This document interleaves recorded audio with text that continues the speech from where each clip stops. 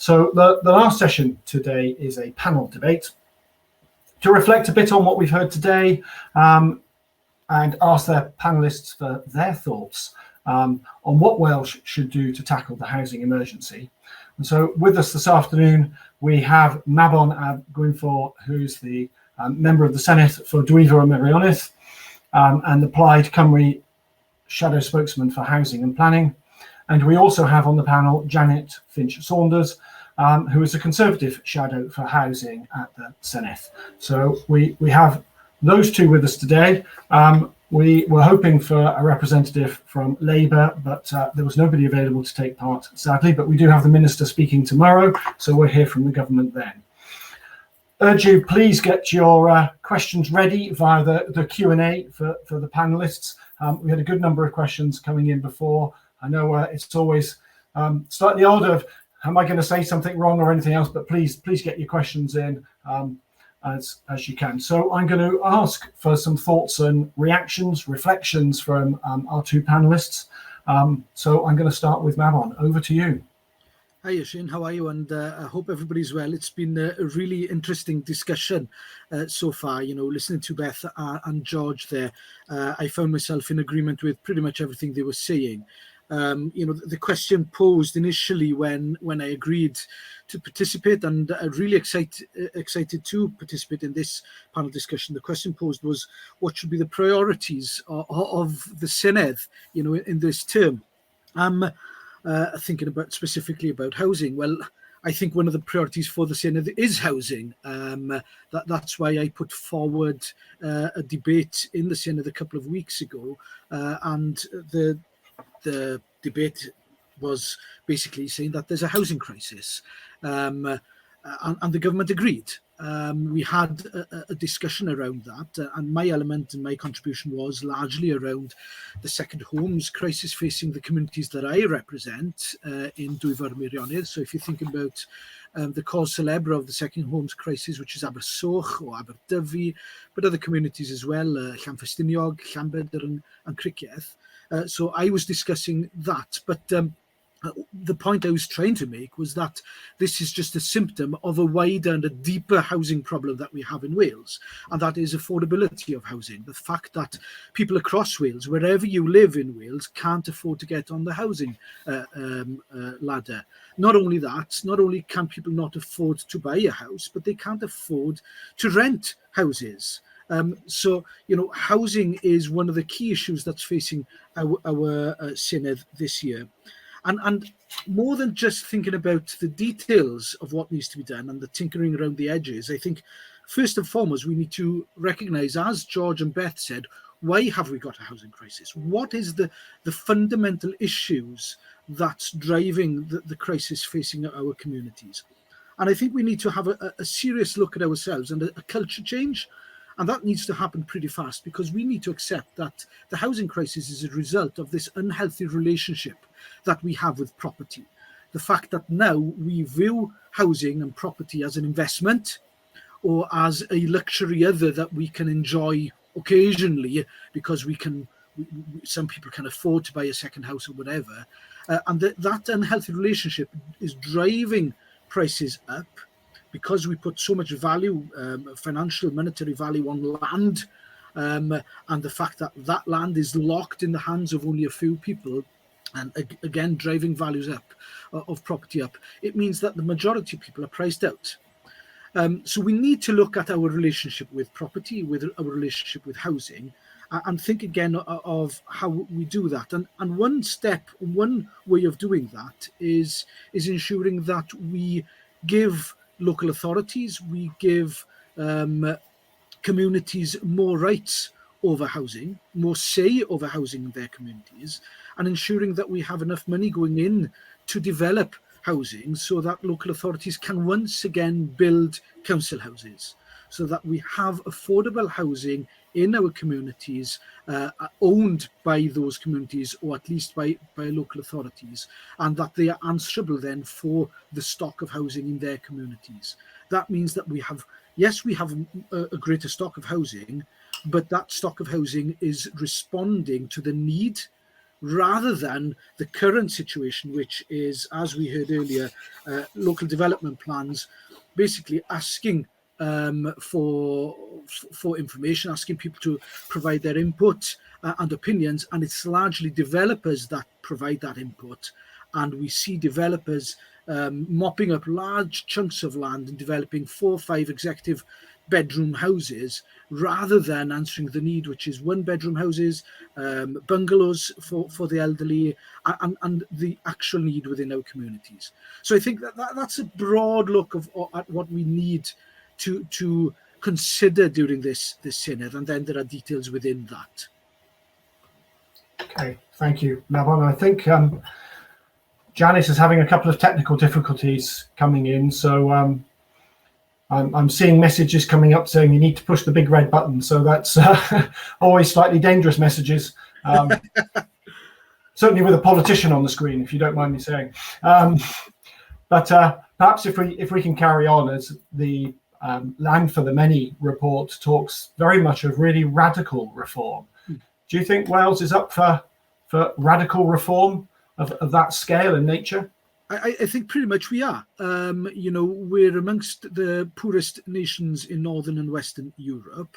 There's not much capital in Wales currently. That poverty means that we have to do things differently. And it means that we're not content with things as they are.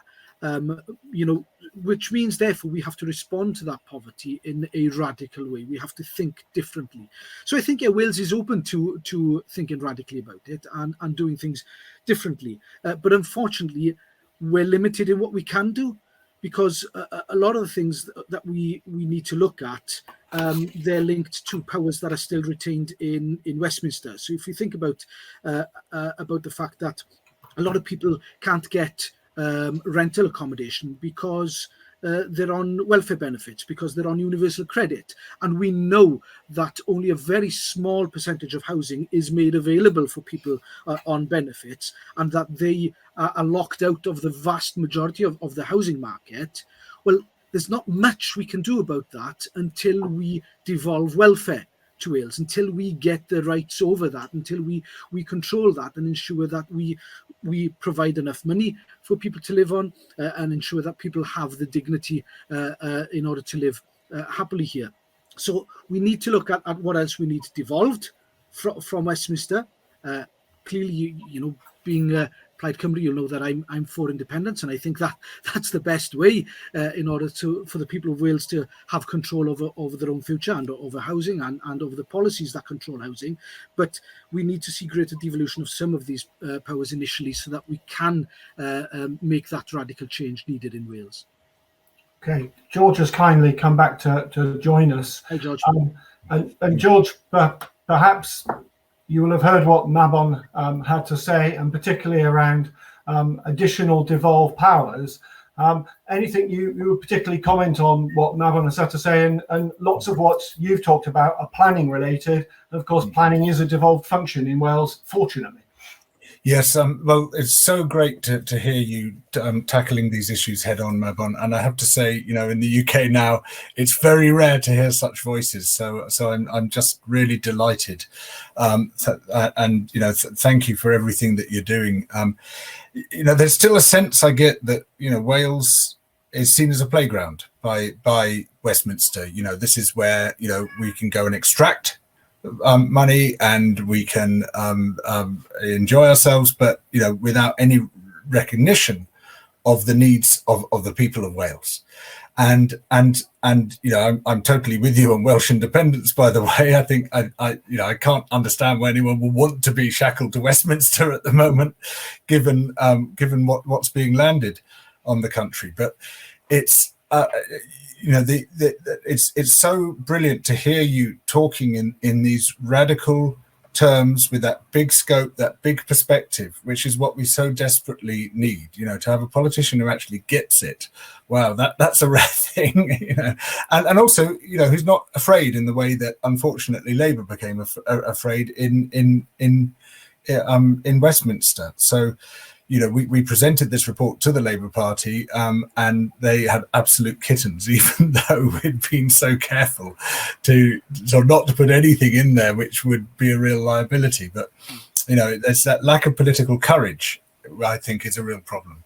I think George is absolutely right in political courage, because one of the things, as I said, the second homes crisis is a symptom of a wider crisis, okay? Mm-hmm. But if we look at just that one symptom, one of the things we can do, and I think George and Beth mentioned it, is within the planning system, create a new section there for second homes. So if you want to buy a house as a second home and use it as a second home, then you need to be licensed and you need that right to use it in that way. Now, what that would do, and what we have to keep in mind, is that would essentially create another Guernsey. You would create two different housing markets in the area where that was practiced. So you'd have a second homes market, and the value of those houses would shoot up, because they'd be limited supply. But then you'd have the other open market. Mm-hmm. And let's be honest, the impact of that policy would be to devalue some of those houses in the immediate vicinity. Now, that won't impress the middle classes and those who have a vested interest, because they think they've invested in property and personal wealth. Well, they haven't. It's not real skill to buy property or value. It's just the fact that you have money and you're able to do it. So we have to be brave in saying, yes, that's the impact of this policy, but we have to do it if we're going to look after our communities and ensure that we have houses that people can afford to buy in their own communities. Thank you. Yes, I so agree. And what we've called for in the report is, I think it's a C5 use category where we say, right, this applies not just to prospective second homes, but to existing ones, because there's been a change of use there without planning permission. And in any other change of use, if you wanted to turn an office block into housing or something like that, you'd need planning permission. But strangely, that doesn't occur with second homes, turning them from one thing into a completely different thing. So we'd phase it in. You wouldn't just do it all in one go, because you need to give people time to sell off their second homes. But that's the whole point, to actually put those homes back into the local housing market, to make them available for local people rather than just being owned from London or wherever it might be. And so, but the problem with politics in general is there's been this assumption that you can't apply the stick; it's just all got to be carrot. Well, with something which is of limited supply, like land, because they're not making it anymore, there have to be some disincentives, and the disincentives should be aimed at the speculative market and aimed to help those in genuine need, and that's a way of transferring homes from as you say, Mabon, quite correctly, from one sector to another. They would be separate sectors, and it would be up to local authorities to decide how many homes should be in this sector and how many homes should be in that sector, rather than just leaving it to this thing they call the market, which is actually just a euphemism for the power of rich people's money.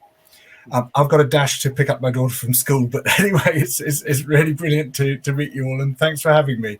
Thank you for coming back in, George. That's been really kind of you. Thank you very much. Thank you. Bye. Thanks, Mabon. Great to meet you. It really does touch on that point, Mabon, of that we all have so much of a vested interest in the housing market by being homeowners for the majority of the population, but renting and the cost of rent and all of those other things. It is that, it's perhaps an overused phrase, but sort of a big conversation that tries to engage lots of people, so that because we all feel the pain of this, don't we, in terms of our children and other family members struggling. We all have friends that struggle to pay their rent or afford their homes. How do you think that Welsh Government, if there is that cross-party consensus, can sort of lead on getting that broader public debate?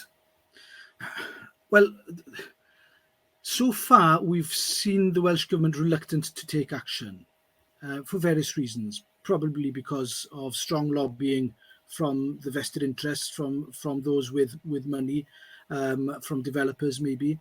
You asked a question earlier about the situation in Wales where a large developer threatened not to build any more houses here. Well, I'd ask whether that was that much of a problem, really, because all these large developers do anyway is largely develop, as I said, executive homes, 4 or 5 bedroom homes. They don't answer the needs of our communities. And they tell us that the reason they don't build smaller homes is because there's no profit in them.